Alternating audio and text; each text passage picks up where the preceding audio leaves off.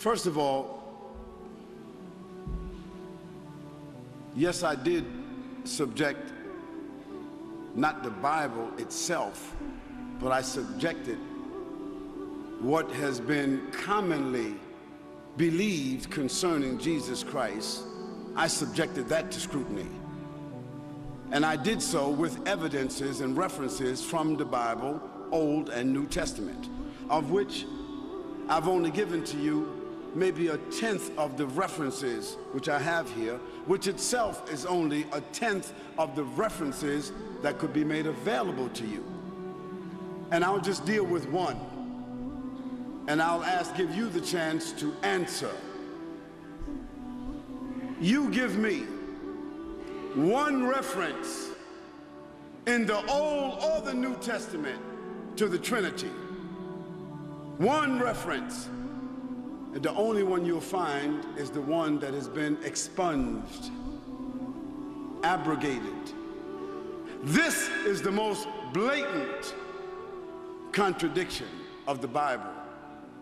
Among other blatant contradictions that I read, I say you or anyone else give me a verse from the Bible where Jesus said, Father, Son, Holy Ghost, Trinity. Now, if Jesus didn't say that, if the historical Jesus didn't say that, then I say, that's like lying on my mother. That's like lying on my wife. That's like lying on your mother or your wife. And you would not allow somebody to lie on your mother or your wife. You would defend them. And I love Jesus more than I love my wife. And you should love Jesus more than you love your wife. And I said that that Trinity is a lie and a fabrication against Jesus, and there's no evidence of it in the words of Jesus. Now, we were talking here about the historical Jesus. Now, relative to the Quran has been subjected to scrutiny on a historical basis, on a scriptural basis, as to its source, its references, its validity.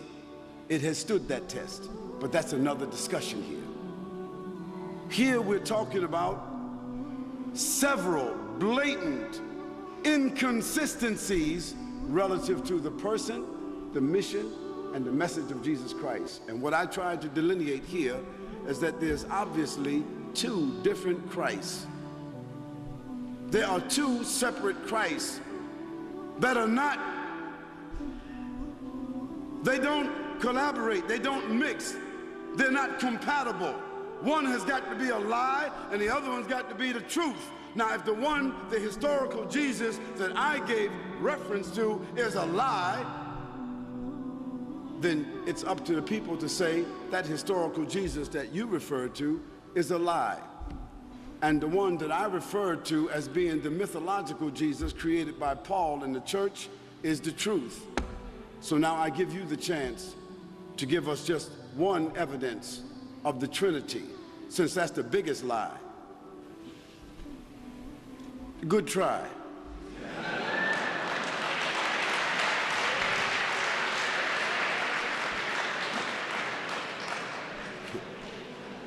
I mean, a lot of metaphors, a lot of insinuations, but no direct reference at all to the issue of Trinity from Jesus. And ironically, my friend, in case you don't know this, Paul himself never mentioned the Trinity. The Trinity was decided in 354 by Constantine at the Council of Nicaea. I gave you the hint.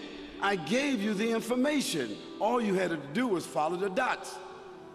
Now, I want to make it plain that we Muslims and Christians, we cousins.